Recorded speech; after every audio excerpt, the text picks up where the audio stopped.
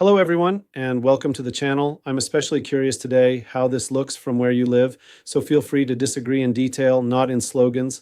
Right now, a lot of Western media are in what I'd call peace fever, stories about a coming grand deal between Washington and Moscow that will supposedly end the war in Ukraine, fix borders, redesign Ukraine's political system, and somehow even stabilize European security. It sounds beautiful on paper. It usually does. I'm speaking from inside the EU, from Lithuania, where we've already lived through several cycles of historic agreements that aged about as well as cheap wine left in the sun. The key point is simple and boring. Even if some kind of deal is signed, it doesn't resolve the structural conflict between the United States and Russia. At best, it closes one chapter called Ukraine for a while. The underlying book remains the same: rivalry over security architecture in Europe and Eurasia, competition over energy routes, sanctions, dollar dominance, arms control, nuclear posture.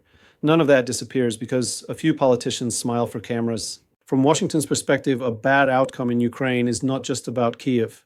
It is about deterrence and reputation. If the system you lead suffers a visible setback, you have to show everyone else that you can still cause pain globally. That's not about emotions, that's basic management of a hegemonic position. You lose one battle, you demonstrate that the empire's long arm still works elsewhere. From Moscow's side, a successful outcome in Ukraine is an invitation to push back diplomatically and economically in other regions to monetize the victory. So both sides are structurally motivated to continue the game, just on different boards. The article you haven't read, but I have, basically outlines 4 boards where the US can, let's say, create complications for Russia: the Baltic Sea, Transnistria, the South Caucasus, and Central Asia. Each has its own logic, risks, and price tags. Let's start with the Baltics. For Washington and Brussels, this is the most obvious theater. Lots of NATO flags, high emotional charge, short logistics from Western Europe. The scenario is trivial. Under the pretext of environmental concerns about Russian tankers, fears over sabotage of undersea cables, or alleged violations of maritime boundaries, you gradually restrict Russian shipping in the Baltic Sea. The EU is good at this kind of regulatory warfare. You don't call it a blockade, you call it enhanced monitoring, precautionary suspension, temporary safety measures. The goal is to force Moscow either to swallow the new reality or to react sharply and look like the aggressive party. The problem is that the Baltic is not a sandbox. Cut off Kaliningrad by sea, and from Moscow's point of view, you are already flirting with a casus belli. For those watching from a safe distance, this is a chess game. For those of us actually living in the region, it looks more like people playing with matches in a fireworks warehouse. Try to blockade the Baltic too enthusiastically, and the escalation ladder ends with NATO's Article 5 on one side and Russian nuclear doctrine on the other. As a pressure zone, it's powerful, but it is also the fastest way to move from hybrid confrontation to something with a half-life measured in centuries, not news cycles. The second option is Transnistria, a narrow strip of land between Moldova and Ukraine, with Russian troops and hundreds of thousands of Russian citizens completely isolated from Russian territory. From a U.S. planning perspective, it's attractive. No land border with Russia, weak infrastructure, easily pressured via Moldova, and whatever remains of Ukraine after the war. You can imagine a blockade, demands to restore constitutional order, gentle encouragement from European institutions, and so on. But structurally, it's dangerous for the same reason as the Baltic. Legally, Russian citizens are there, and Moscow has obligations, at least on paper. If the enclave is squeezed too hard and Russia decides to open a corridor through Ukrainian territory, we're instantly talking about a second front with unpredictable consequences. That's why the South Caucasus looks more promising to Washington. Here we have Armenia, Azerbaijan, Georgia, and a long history of frozen conflicts, grudges, and unfinished wars. Outside of Abkhazia and South Ossetia, there are very few Russian citizens, but there are Russian military interests, pipelines, transit routes, and the sensitive North Caucasus just across the mountains. You don't need conspiracy theories to see how this can be used. Yerevan under a pro-Western leadership trying to exit Russian structures, Baku feeling like a regional empire builder after its victories, Ankara playing its own game, Brussels distributing peacekeeping missions and sanctions a la carte.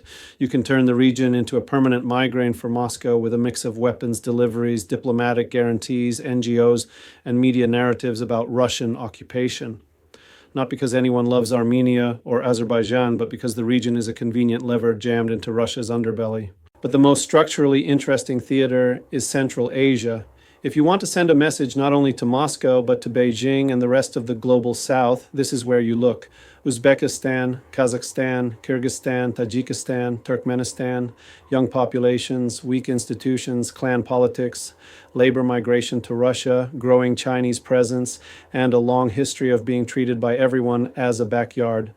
From the US point of view, you don't need to control the region. You just need to make it unstable enough that Russia and China have to pour in resources to contain the mess. The tools are obvious and unpleasant. First, ideology, educational systems where Russian colonialism is already a convenient narrative. With enough money and media, you can turn historical grievances into a cultivated hostility among the younger generation. Second, religion and extremism.